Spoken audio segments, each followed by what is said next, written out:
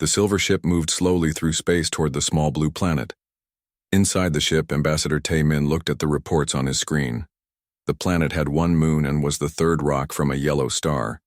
The beings living there called themselves humans. "They are very simple," said Engineer Kethrall, reading from another screen.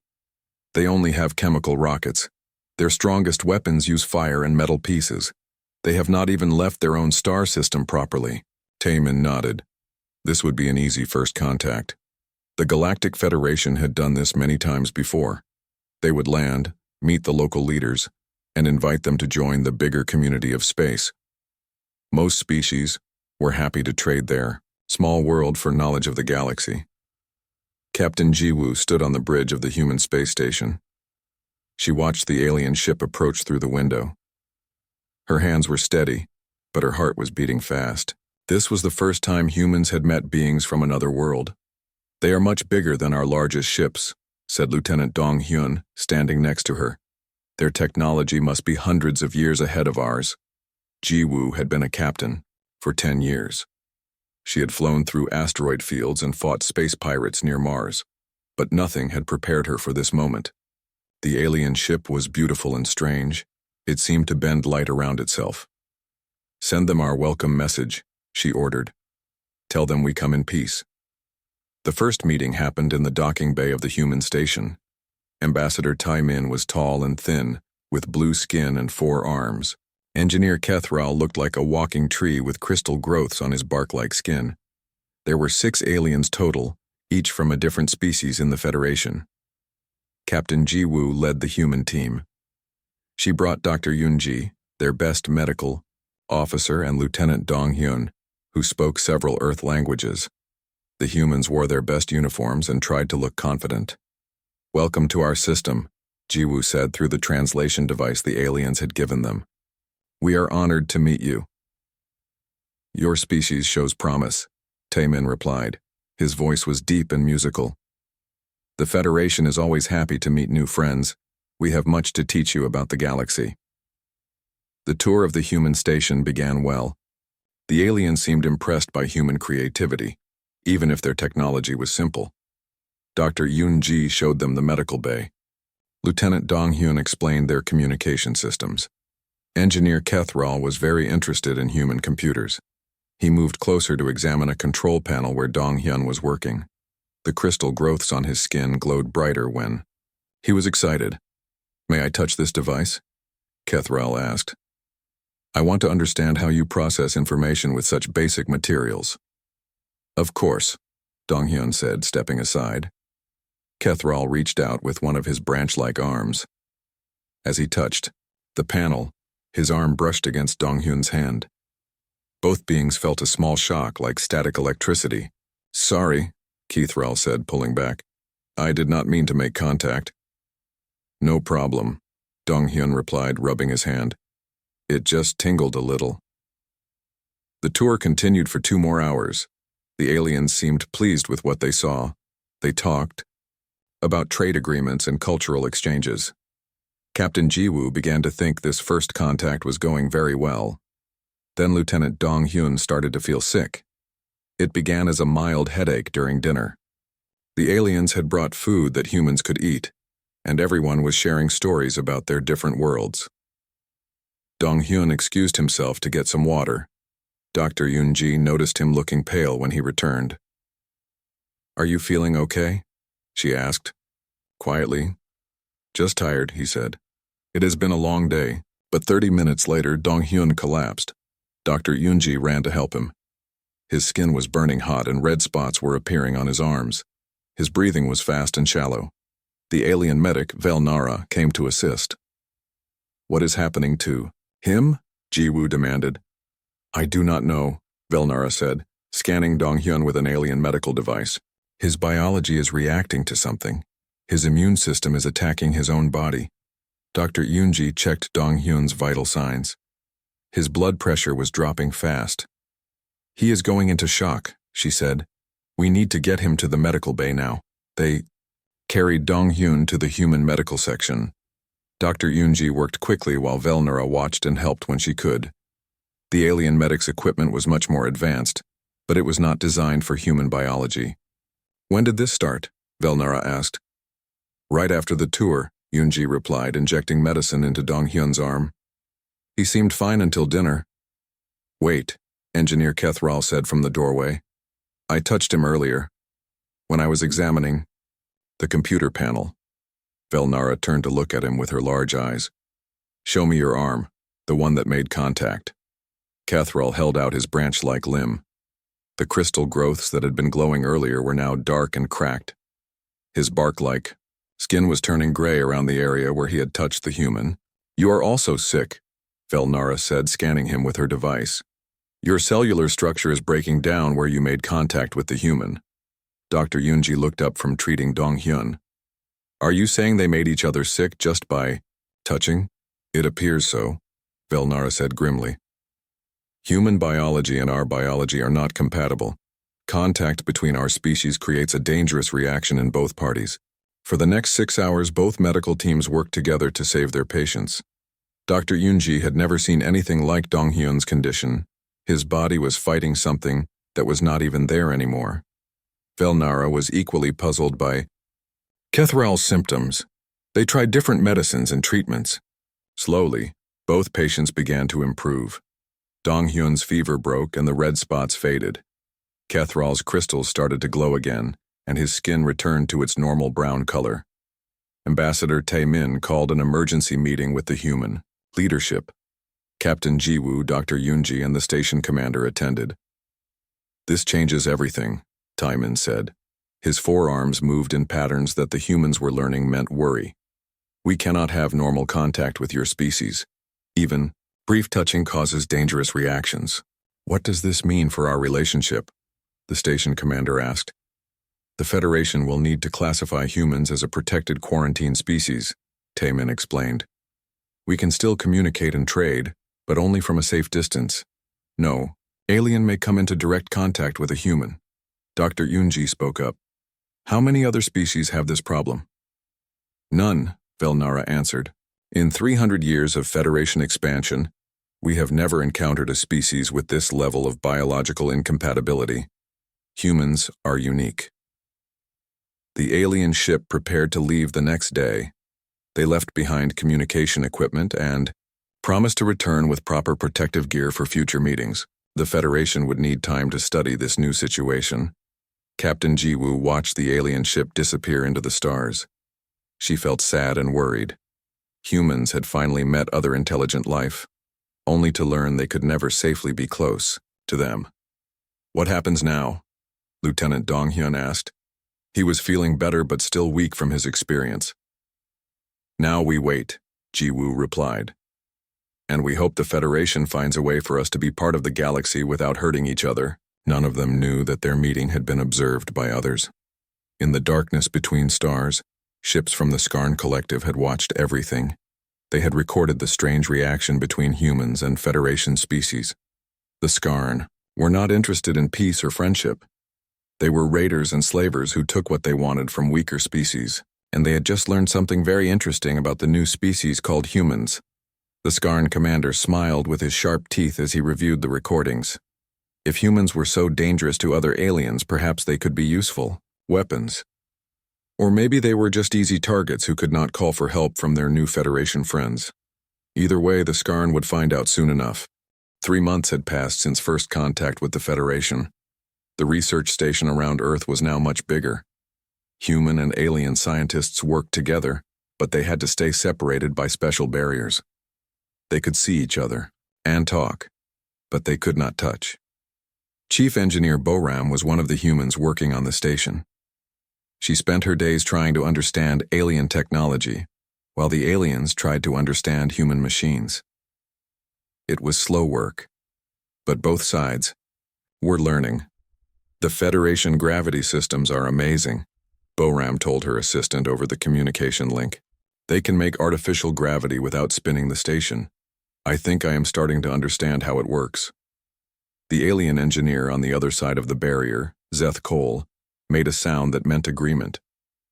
Human chemical rockets are also interesting, he replied.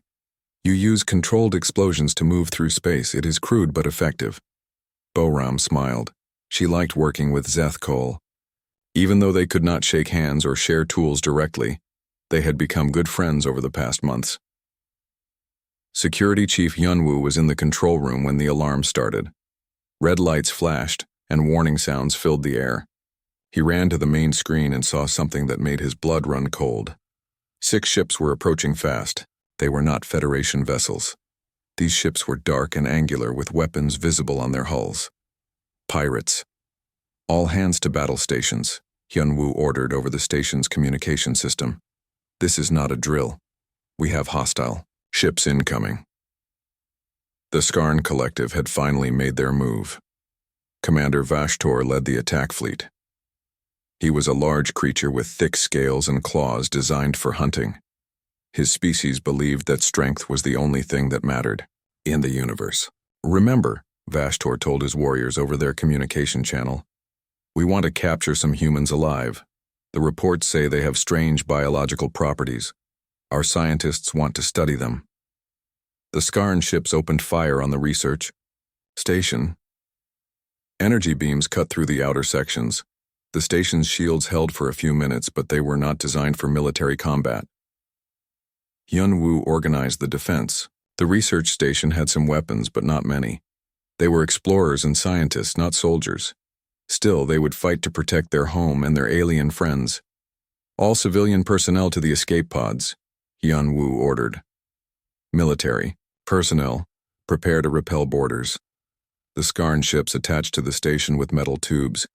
Cutting tools burned through the hull. Within minutes, alien warriors were pouring into the corridors. Boram was in Engineering Section 7 when the attack began. She heard the explosions and felt the station shake. Then she heard footsteps in the corridor outside. Heavy footsteps that did not sound human. The door exploded inward. 3 Skarn warriors entered the room. They were tall and covered in dark scales. Their weapons glowed with dangerous energy. Human female, the leader said in broken English. You come with us. Do not resist. Boram looked around the room. There was nowhere to run. The Skarn were between her and the only exit. She picked up a wrench from her workbench. It was not much of a weapon, but it was better than nothing. I will not go with you, she said, trying to keep her voice steady. The Skarn leader laughed. It was an ugly sound. You have no choice, small human. He raised his energy weapon and fired. The beam hit Boram in the chest. She screamed and fell to the floor. The energy weapon was set to stun, not kill. The Skarn wanted her alive. But something strange happened. Instead of staying unconscious, Boram started to wake up after only a few seconds. The burn mark on her chest was healing. Her skin was repairing itself much faster than should be possible. What is happening? One of the other Skarn asked. Boram opened her eyes. She felt different, stronger. The pain from the energy weapon was gone. She stood up slowly and the Skarn took a step back. Shoot her again, the leader ordered. The second warrior fired his weapon.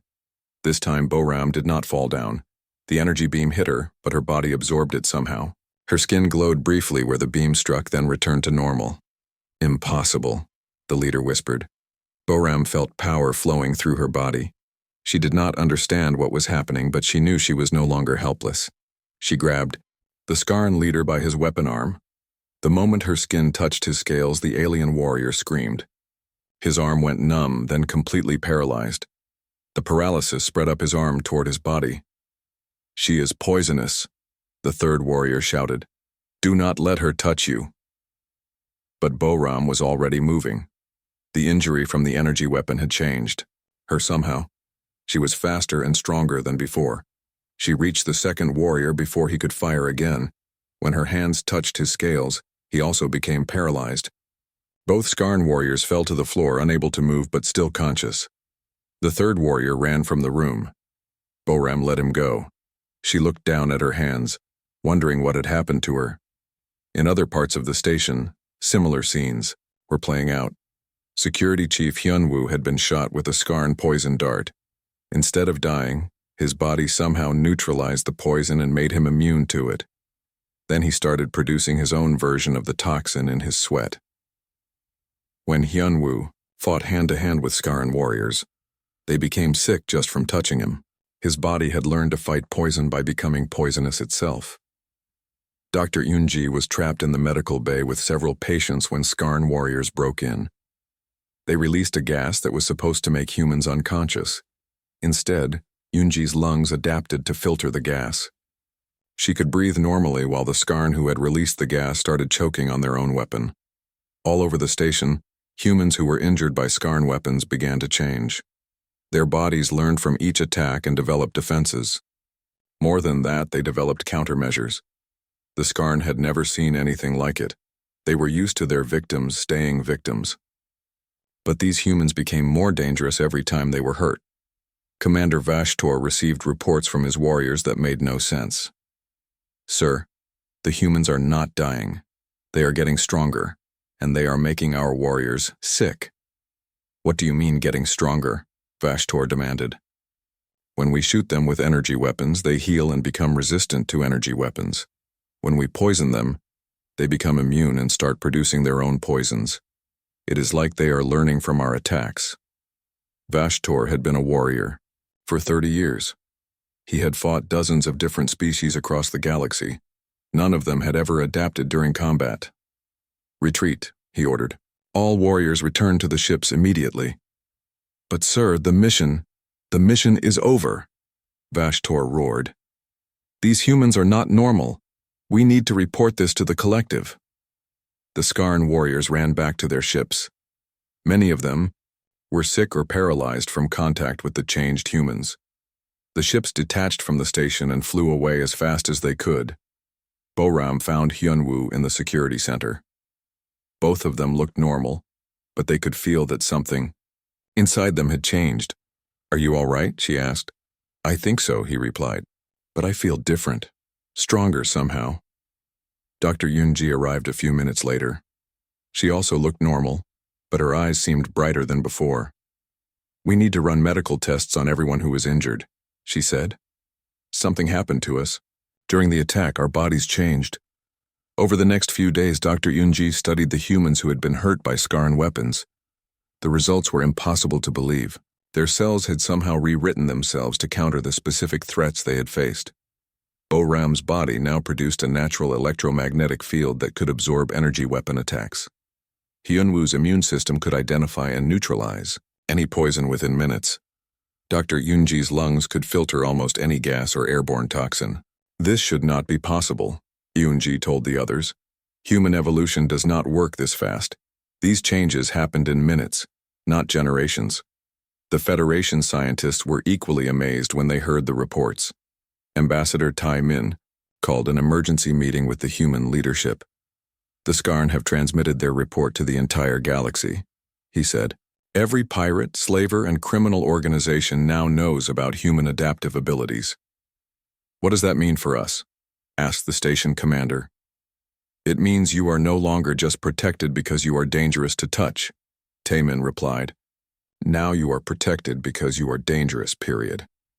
Felnara, the alien medic, had been studying the medical data.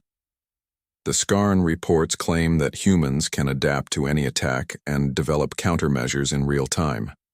If this is true, humans are the most dangerous species we have ever encountered. "We are not dangerous," Boram protested. "We did not ask for this to happen."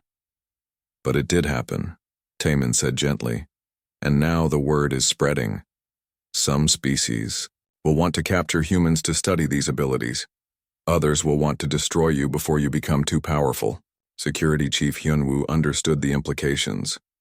"We cannot defend ourselves with normal weapons anymore, and we cannot ask the Federation for help because you cannot come close to us." "The Federation Council is meeting to discuss this situation," Tai Min said.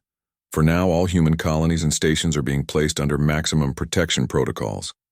But across the galaxy, the news was already spreading. In dark corners of space, criminals and researchers were making plans. Humans had become the most valuable and most feared. The stories about humans spread through the galaxy like wildfire. In cantinas on distant worlds, smugglers whispered about creatures that could not be killed. In prison colonies, inmates told tales of beings who grew stronger when they were hurt. The truth mixed with lies until no one knew what to believe. Mercenary Captain Day-Wan heard the stories in a bar on Nexus Station.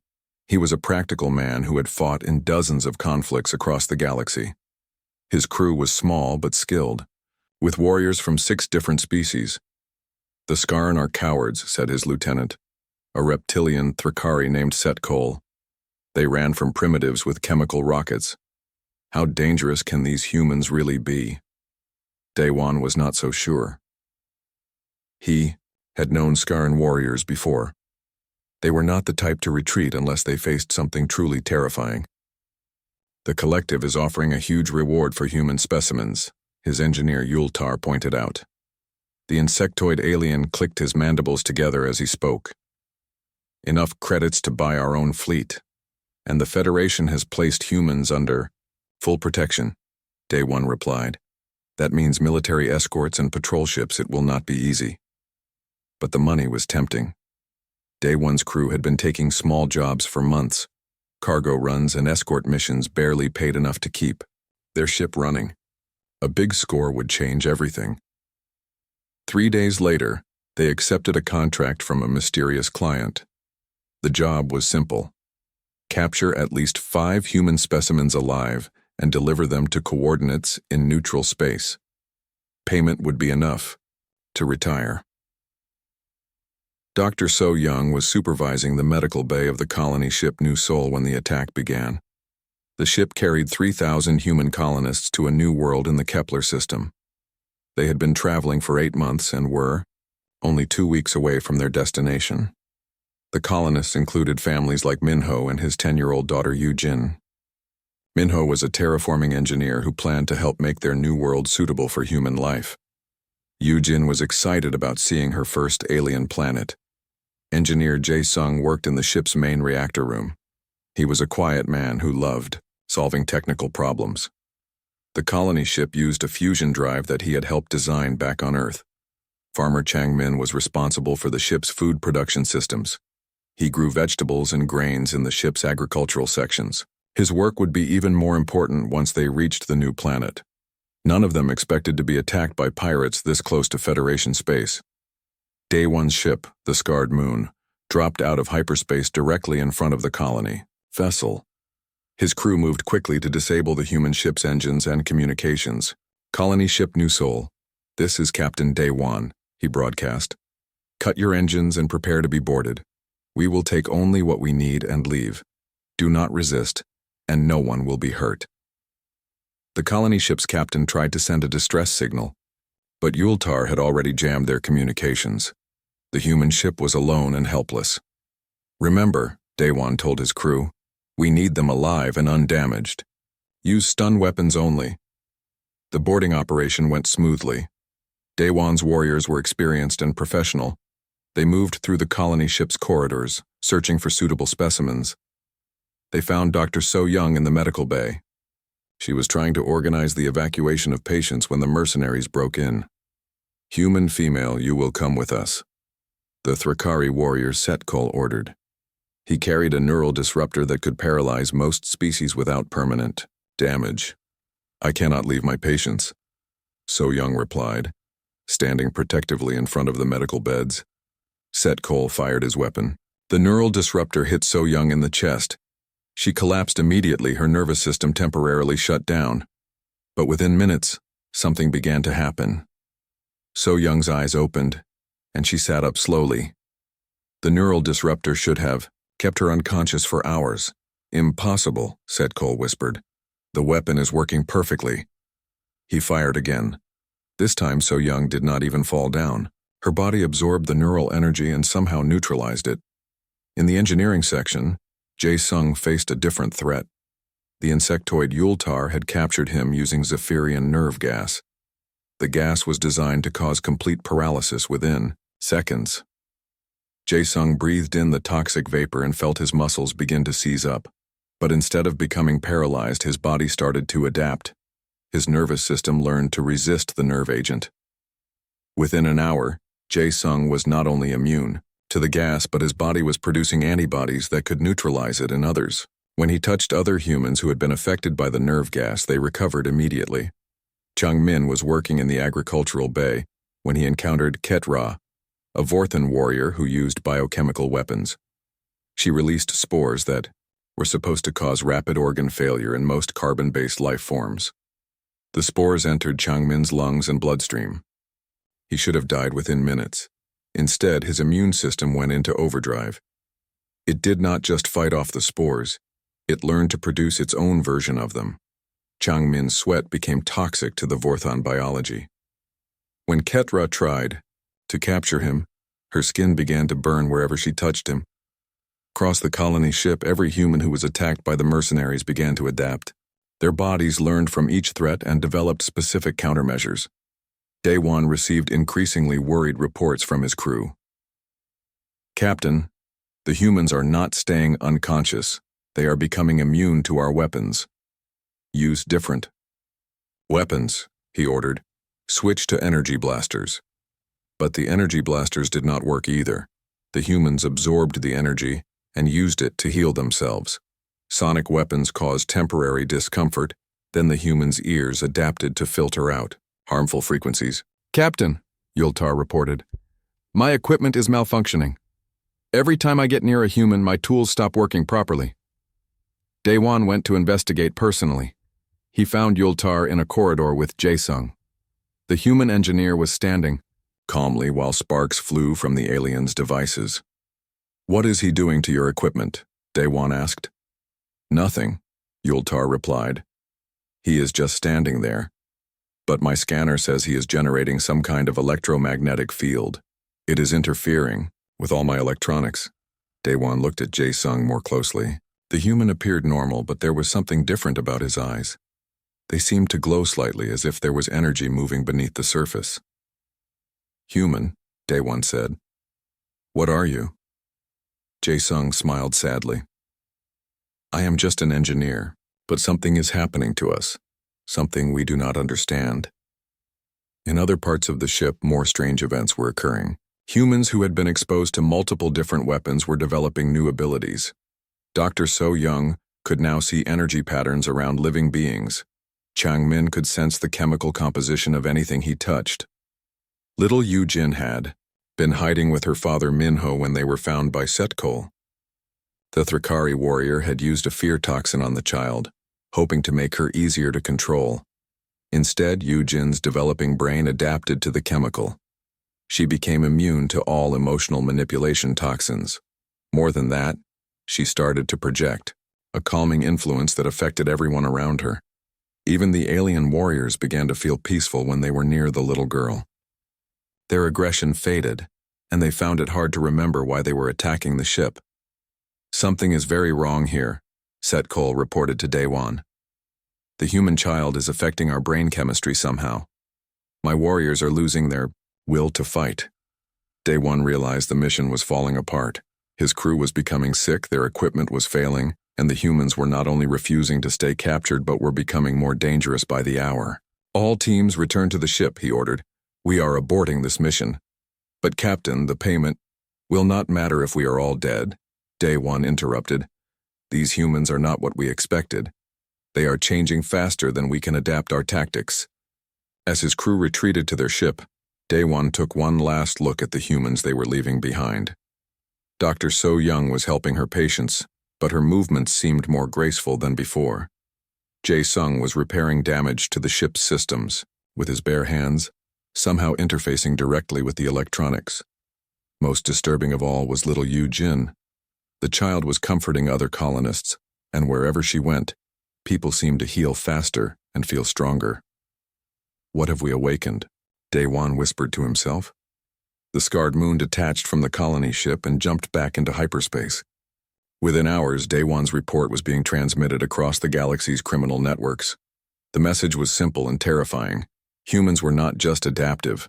They were becoming something beyond normal evolution, something that could turn any attack against them into a new strength. The bounty on human specimens was quietly withdrawn, but the damage was done. Now every species in the galaxy knew that humans were changing into something unprecedented, and the humans themselves were beginning to understand that their transformation was only beginning. Minho held his daughter Yu Jin as the colony ship. continued toward their new world. "Are you all right, little one?" Yu-Jin looked up at him with eyes that seemed older than her 10 years. "I feel different, Papa.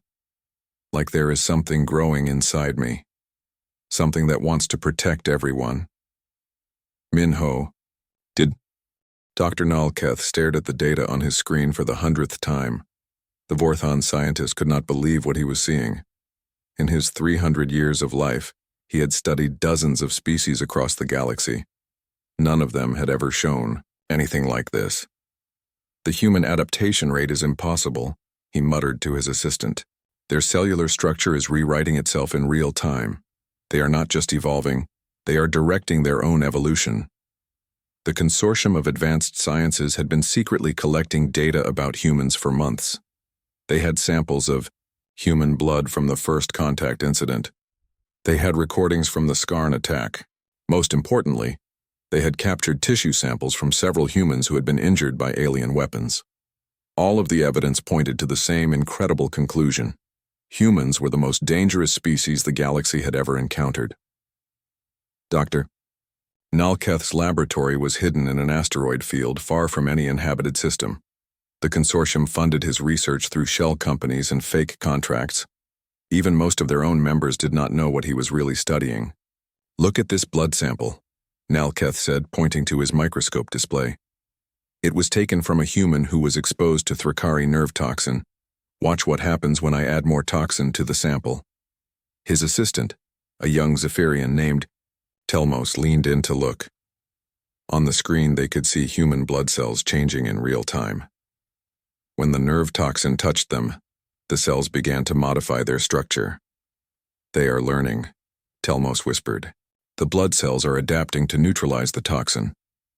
"More than that," Nalketh replied. "They are creating antibodies that can be shared with other humans. One human's adaptation can be transmitted to others through blood contact or even close proximity." The implications were terrifying. If one human became immune to energy weapons, that immunity could spread to every human on their planet. If another human developed resistance to radiation, the entire species could become radiation-proof within weeks. Meanwhile, diplomatic liaison Sang-Ho was attending a meeting at Federation headquarters. He represented Earth in discussions about trade agreements and cultural exchanges. He had no idea that his diplomatic missions were being used as cover for secret experiments. "The Federation Council is concerned about the reports we have been receiving," Ambassador Taemin told the assembled diplomats. "Human adaptive abilities appear to be increasing in scope and speed." Sang-Ho felt uncomfortable. The other species were looking at him like he was some kind of dangerous animal. "Humans are peaceful," he said. "We do not want to hurt anyone." "That may be true," replied Counselor Vexnala, a elderly Kathrani. "But intention does not matter if your very existence poses a threat to galactic stability." The meeting went badly. Several Federation members wanted to quarantine all humans permanently. Others suggested that human colonies should be restricted to uninhabited systems far from other species. Sang-Ho returned to the human embassy feeling discouraged. He did not know that his genetic material had been secretly collected from the chair where he sat. Hair follicles and skin cells were now on their way to Dr. Nalketh's laboratory. The real horror began when the consortium started experimenting with captured humans. Mechanic Jiangsu had been taken from a cargo ship that was attacked by pirates who were actually consortium agents. He woke up in a white room with no windows. Alien scientists watched him through thick glass barriers. "Subject H-47 is conscious," Dr. Nalketh announced. "Begin the first test." They released a mild poison gas into Jiangsu's chamber. The mechanic began to cough and feel dizzy. But within 20 minutes his body had adapted.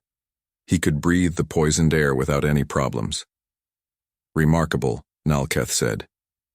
"Now try the energy exposure." They hit Jiangsu with low-level radiation. Again, his body learned to absorb and neutralize the harmful energy. Each test made him stronger and more resistant to damage. Biologist Narai was in the next chamber. She had been captured while studying plant life on a Federation colony world. The scientists were testing her with biological agents that should have killed her instantly, Instead, Nare's immune system became stronger with each exposure. She began to produce substances that could heal wounds and cure diseases. Her breath became purified air that could clean toxins from the environment. The human specimens are adapting faster than our models predicted, Dr. Nalketh reported to his consortium superiors. Each exposure to harmful stimuli results in beneficial mutations that appear within hours. But the consortium wanted more than just defensive adaptations.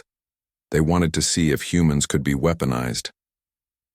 The breaking point came when they brought in test subject Wu Jin. He was a quiet artist who had been captured from a human settlement on the edge of Federation space. Dr. Nalketh decided to test the limits of human adaptation by exposing him to multiple extreme threats at once. They hit Wu Jin with poison, gas, radiation, sonic weapons, and biological agents all at the same time. It should have killed him in seconds. Instead, something unprecedented happened. Wu Jin's body went into adaptation overdrive. His cells began changing so rapidly that he started to glow with internal energy. His adaptive abilities became so powerful that they began to affect his environment. The air in his chamber became purified. The walls of the laboratory started to neutralize radiation on their own. Equipment near his cell began to function better, as if his presence was optimizing everything around him. "Stop the test," Dr. Nalketh ordered. "Something is wrong." But it was too late. Wu Jin's adaptation field was expanding beyond his chamber. Every alien in the laboratory began to feel strange changes in their bodies. Telmos was the first to notice. "Doctor, my cellular scans are showing unusual activity. My body is changing." Dr. Nalketh ran his own medical scanner over his arm. The readings made no sense. His cells were becoming more efficient, more resistant to damage. His immune system was improving rapidly. "The human's adaptation field is affecting us," he realized with horror. His abilities are spreading to other species. Within an hour, every alien in the laboratory had been changed. They were stronger, healthier, and more resistant to disease than they had ever been. But they were also becoming dependent on human presence to maintain these improvements. When they moved away from Wu Jin, they began to feel weak and sick. When they came closer to him, they felt energized and healthy. "We have created a disaster," Dr. Nalketh whispered. "The humans are not just adapting to threats. They are adapting everything around them." The laboratory had to be evacuated and sealed. The aliens who had been exposed were quarantined and studied. The consortium realized that their experiments had revealed something that changed everything they thought they knew about humans. Federation investigator Tethomar discovered the conspiracy by accident. He was auditing financial records for a routine corruption investigation when he found unusual payments to research facilities. "These numbers do not make sense," he told his partner. "Why is the Ministry of Scientific Advancement funding asteroid mining operations?"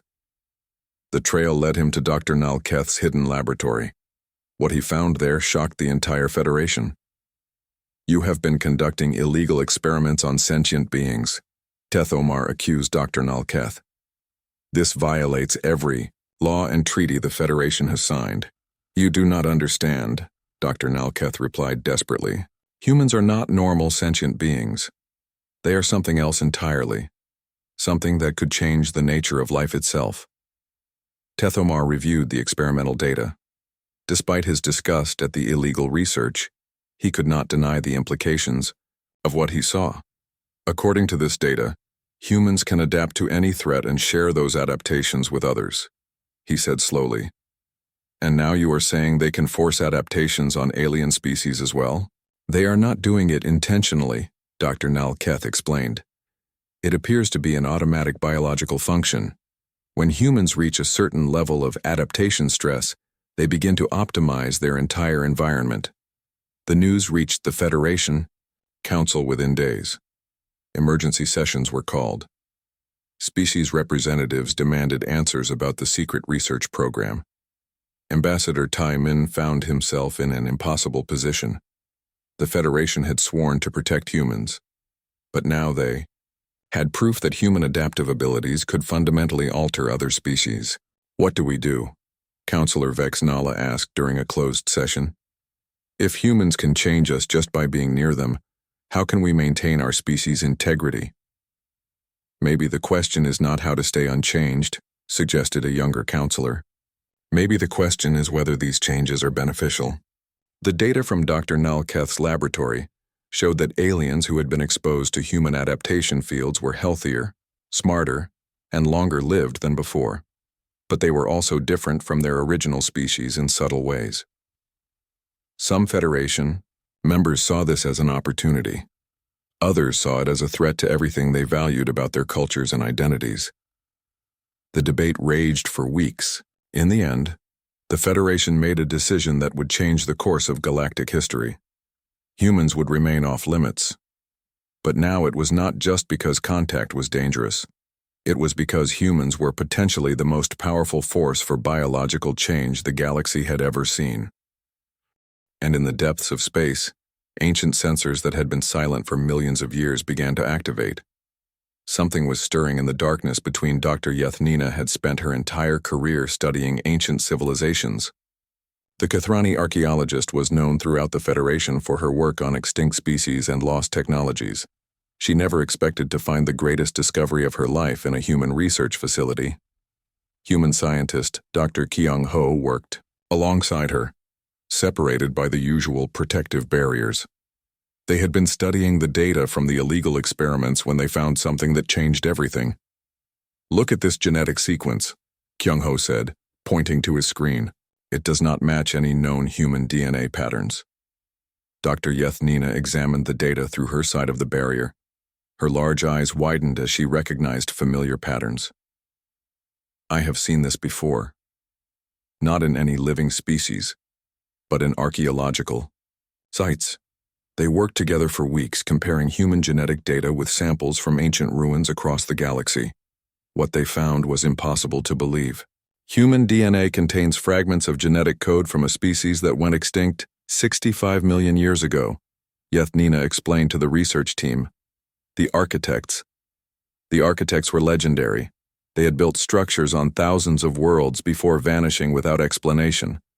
Some scientists believed they had transcended physical existence. Others thought they had been destroyed by some cosmic catastrophe. "Are you saying humans are descended from the architects?" asked Dr. Kyung-ho. "Not descended," Yethnina replied. "Created. Humans are artificial beings designed by the architects for a specific purpose." Ship Captain Do-hyun was exploring the outer rim when his deep space scanner detected something unusual. A massive structure was hidden in the shadow of a dead planet. The structure was clearly artificial, but it was older than any civilization in the galaxy. "Take us closer," Do-hyun ordered his crew. "I want to scan that thing properly." As their ship approached, the ancient structure began to glow. Symbols appeared on its surface, and a doorway opened in the side facing their vessel. "Captain, it is responding to our presence," reported his sensor officer. "I think it wants us to dock." Do-hyun made a decision that would change galactic history. "Take us in." Inside the structure, they found a vast chamber filled with crystalline computers that still functioned after millions of years. When Do-hyun touched one of the control panels, the entire system activated. Holographic displays filled the air around them. The images showed the galaxy as it had been 65 million years ago. Different species ruled then, and their civilizations were incredibly advanced. But something was wrong in those ancient times. The galaxy was dying. The civilizations were too perfect, the computer system explained in perfect human English. They had eliminated all challenges, all threats, all sources of change. Without pressure to adapt, life became stagnant. The holographic displays showed planets where nothing ever changed, species that had remained exactly the same for millions of years, civilizations that had reached the peak of their development and then simply stopped growing. "When the first cosmic threat arrived from outside our galaxy, we were helpless," the computer continued. "Our people had forgotten how to adapt. They could not change quickly enough to meet new challenges. The cosmic threat had been something like a living darkness. It consumed reality itself, making entire star systems cease to exist. The perfect civilizations of the ancient galaxy had no defense against something so fundamentally different from anything they had encountered. The architects were the last species to fall, the computer explained. But before they died, they created a solution. The holographic displays showed laboratories where the architects had worked on their final project. They had studied every species in the galaxy, looking for the traits that would be needed to survive cosmic-level threats. We designed the ultimate adaptive species, the computer said. Beings who could evolve not over generations, but in real time. Beings who could develop immunity to any threat and share that immunity with others.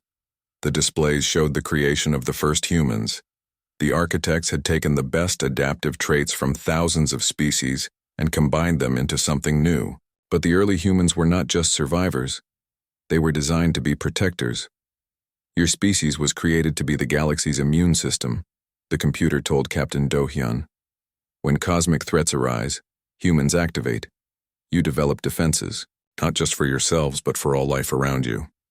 Meanwhile, Communications Officer Soo-jin was monitoring deep space signals from her post on the Earth Defense Station. She had been tracking unusual radio patterns for weeks. At first, she thought they were natural phenomena. Then she realized they were artificial. These signals are coming from outside our galaxy, she reported to her supervisor. And they are getting stronger. The signals were not random. They followed complex mathematical patterns that suggested intelligence. More disturbing, they seemed to be some kind of scanning technology. Something was studying the Milky Way galaxy from the outside. Soo-jin worked with Federation linguists to decode the signals. What they found filled them with terror. The signals were military communications from an invasion fleet. The fleet was still months away, but it was massive. Thousands of ships were approaching from the space between galaxies. They call themselves the Devourers, Soo-jin reported to Federation Command. According to these intercepted messages, they have already consumed 17 galaxies. The Devourers were not like any enemy the galaxy had faced before. They did not want to conquer worlds or enslave populations. They wanted to erase entire realities from existence. Their weapons did not destroy matter. They made matter forget how to exist. Planets hit by Devourer weapons did not explode. They simply stopped being real. The space they had occupied became empty in a way that was more than vacuum. They are preparing to do the same thing to our galaxy, Soo-jin told the Emergency Federation Assembly. Based on their communication patterns, they will arrive in approximately 6 months. Federation Admiral Vex Talar called for immediate mobilization of all military forces. Every species contributed ships and weapons to the defense fleet. But even the combined might of the galaxy seemed insignificant compared to the threat they faced. Our conventional weapons will not work against reality erasure technology, Admiral Vex Talar admitted during the strategy meeting. We need a completely different approach. That was when human Admiral Rim stepped forward with a proposal that shocked everyone. We need to use humans as weapons, she said. Not to fight the Devourers directly, but to adapt our entire galaxy to survive their attacks. The plan was simple and terrifying. Humans would deliberately expose themselves to samples of Devourer, technology that the Federation had captured from destroyed galaxies. The humans would adapt to the reality erasure weapons, developing immunity to existence negation. Then, through the adaptation field effect discovered by Dr. Nal Keth, the humans would spread that immunity to every planet and species in the galaxy. You are asking us to risk the lives of billions of humans, Admiral Vex Talar pointed out. I am asking humans to do what we were designed for, Admiral Rim replied. To protect all life in the galaxy, even if it costs us everything. The debate lasted for days. Some species argued that using humans this way was immoral. Others pointed out that without human adaptation abilities, everyone would die when the Devourers arrived. In the end, the humans made the decision themselves. Commander Jin A volunteered to lead the first adaptation team. Her crew included pilot Seok Jin and engineer Young-soo, both veterans of previous human adaptation incidents. We understand the risks, Jin A told the Federation Council. But this is what humans are for. We were created to be the galaxy's defense against cosmic threats. The first test was conducted on a remote space station. The Federation had managed to capture a small piece of Devourer technology from the edge of a destroyed galaxy. The fragment was contained in a special chamber designed to prevent reality distortion from spreading. Jin A and her team entered the chamber wearing protective suits that would be useless against reality erasure weapons. They were essentially volunteering to be subjected to a force that made existence itself impossible. "Are you ready?" Dr. Kyung-ho asked through the communication system. "As ready as anyone can be for something like this," Jin-A replied. The Devourer fragment was activated. Reality began to break down around the human team. The walls of the chamber started to become less real. The air itself began to forget how to exist. Jin-A felt her body beginning to fade. Her consciousness started to dissolve as the reality erasure field expanded around her. But then something extraordinary happened. Instead of ceasing to exist, Jin-A's body began to adapt. Her cells learned to exist in multiple states of reality, simultaneously. She became capable of being both real and unreal at the same time. The adaptation spread to her teammates. Seok-jin and Young-soo also began to exist in quantum superposition, neither fully real nor fully erased. "Impossible," whispered Dr. Nalketh, who was monitoring the experiment. "They are adapting to non-existence itself." The adaptation field began to spread beyond the test chamber. Every human on the space station started to develop immunity to reality erasure. Then the HFY War